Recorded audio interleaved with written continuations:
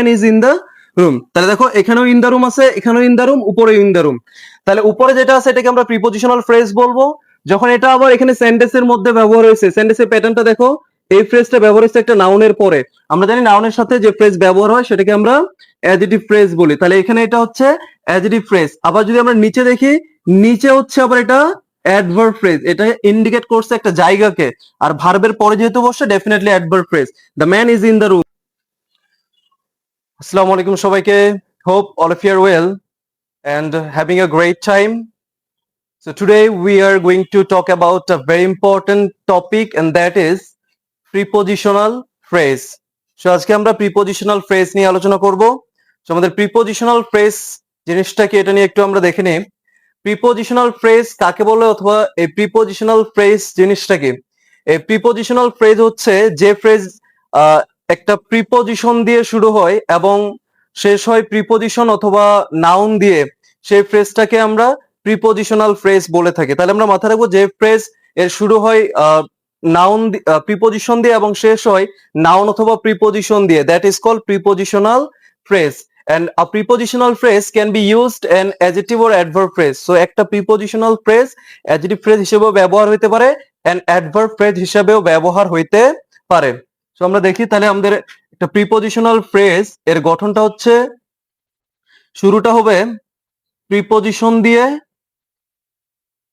এবং মিডিলে কোনো মডিফায়ার থাকতে পারে, অ্যাডজেক্টিভ অ্যাড হয়ে গেলে থাকতে পারে, এবং শেষ হবে দুইটা জিনিস দিয়ে।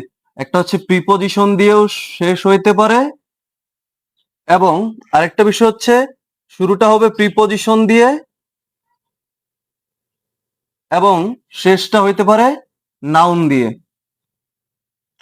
তাহলে আমরা এখানে একটা বিষয় মাথায় রাখবো, যে যেটা যে ফ্রেজের প্রিপোজিশন ফ্রেজটা শুরু হবে প্রিপোজিশন এবং শেষ হবে প্রিপোজিশন দিয়ে, সেটাকে আমরা অলওয়েজ প্রিপোজিশনাল ফ্রেজ বলবো। সেটাকে আমরা কখনোই অ্যাডজেক্টিভ অথবা অ্যাডভার্ব ফ্রেজ বলতে পারবো না। তাহলে এটাকে আমরা অলওয়েজ প্রিপোজিশনাল ফ্রেজ বলবো, পিপি। এটাকে আমরা অ্যাডজেক্টিভ অর অ্যাডভার্ব ফ্রেজও বলতে পারবো। সো এটা ডিপেন্ড করে সেন্টেন্সের পজিশনের উপরে। সো আমরা ডিরেক্টলি উদাহরণে চলে যাই। প্রথম উদাহরণ যদি দেখি, যে প্রিপোজিশনাল ফ্রেজ আমাদের কি কি আছে, লাইক ইন অ্যাকাউন্ট অফ, তারপরে যদি আমরা দেখি ইন লিউ অফ, তারপর আছে আমাদের উইথ আ ভিউ টু। দেখো তাহলে এগুলো শুরু হচ্ছে প্রিপোজিশন দিয়ে, ইন উইথ প্রিপোজিশন দিয়ে, এবং শেষটাও হচ্ছে প্রিপোজিশন দিয়ে। সো দ্যাটস ওয়াই এগুলোকে আমরা অলওয়েজ প্রিপোজিশনাল ফ্রেজ বলবো। তাহলে যে ফ্রেজগুলো শুরু প্রিপোজিশন দিয়ে এবং শেষটাও প্রিপোজিশন দিয়ে, সেগুলোকে আমরা অলওয়েজ প্রিপোজিশনাল ফ্রেজ বলবো। এরপর আমাদের মোস্ট ইম্পর্টেন্ট বিষয় হচ্ছে, যেটা শুরু প্রিপোজিশন দিয়ে এবং শেষ হচ্ছে নাউন দিয়ে, সেটাকে প্রিপোজিশনাল এবং পাশাপাশি সেটা অ্যাডজেক্টিভ এন্ড অ্যাডভার্ব ফ্রেজের কাজ করে সেন্টেন্সের মধ্যে। তাহলে আমরা উদাহরণ দেখি, তাইলে ভালোভাবে ক্লিয়ার হইতে পারবো বিষয়টাতে। এর একটা গুরুত্বপূর্ণ উদাহরণ যদি আমরা দেখি, in the room. In general এই ফ্রেজটাকে আমরা প্রিপোজিশনাল ফ্রেজ বলবো, কারণ এটা শুরু হচ্ছে প্রিপোজিশন দিয়ে এবং শেষ হচ্ছে একটা নাউন দিয়ে। So that is called prepositional phrase. But same phrase যদি আমরা সেন্টেন্সে ব্যবহার করি, তাহলে এটা চেঞ্জ হয়ে অ্যাডজেক্টিভ অথবা অ্যাডভার্ব হয়ে যাবে। Like the person in the person in the room is my cousin, is my cousin. আবার আরেকটা সেন্টেন্স যদি আমরা দেখি, the man is in the room, man is in the room. তাহলে দেখো এখানেও ইন দ্য রুম আছে, এখানেও ইন দ্য রুম, উপরে ইন দ্য রুম। তাহলে উপরে যেটা আছে এটাকে আমরা প্রিপোজিশনাল ফ্রেজ বলবো। যখন এটা আবার এখানে সেন্টেন্সের মধ্যে ব্যবহার হয়েছে, সেন্টেন্সের প্যাটার্নটা দেখো, এই ফ্রেজটা ব্যবহার হচ্ছে একটা নাউনের পরে। আমরা জানি নাউনের সাথে যে ফ্রেজ ব্যবহার হয় সেটাকে আমরা অ্যাডজেক্টিভ ফ্রেজ বলি। তাহলে এখানে এটা হচ্ছে অ্যাডজেক্টিভ ফ্রেজ। আবার যদি আমরা নিচে দেখি, নিচে হচ্ছে আবার এটা অ্যাডভার্ব ফ্রেজ, এটা ইন্ডিকেট করছে একটা জায়গাকে। আর ভার্বের পরে যেহেতু বসে, ডেফিনেটলি অ্যাডভার্ব ফ্রেজ।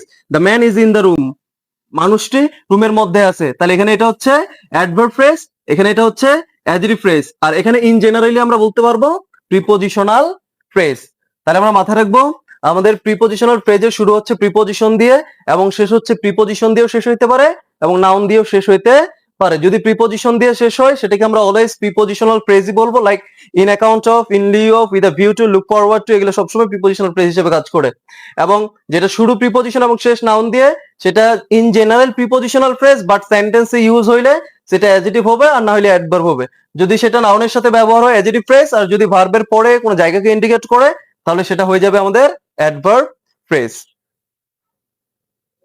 তাহলে আমরা মাথায় রাখবো যে এই যে বিষয়গুলো আমরা দেখছি, তাহলে এটা আমরা দেখবো যে একটা নাউনের সাথে যখন ব্যবহার হয় সেটা প্রিপোজিশনাল, যখন সেটা ভার্বের পরে চলে যায় সেটা অ্যাডভার্ব, আর যেটা ইন জেনারেলি থাকে সেটাকে আমরা প্রিপোজিশনাল ফ্রেজ বলবো।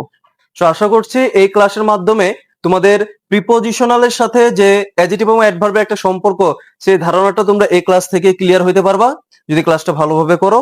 তো আশা করছি ফ্রেজ এখান থেকে আমরা শেষ করব। আরো কিছু ফ্রেজ আছে যেগুলো আমরা হয়তো বা পরবর্তী কোনো টপিকে আলোচনা করব।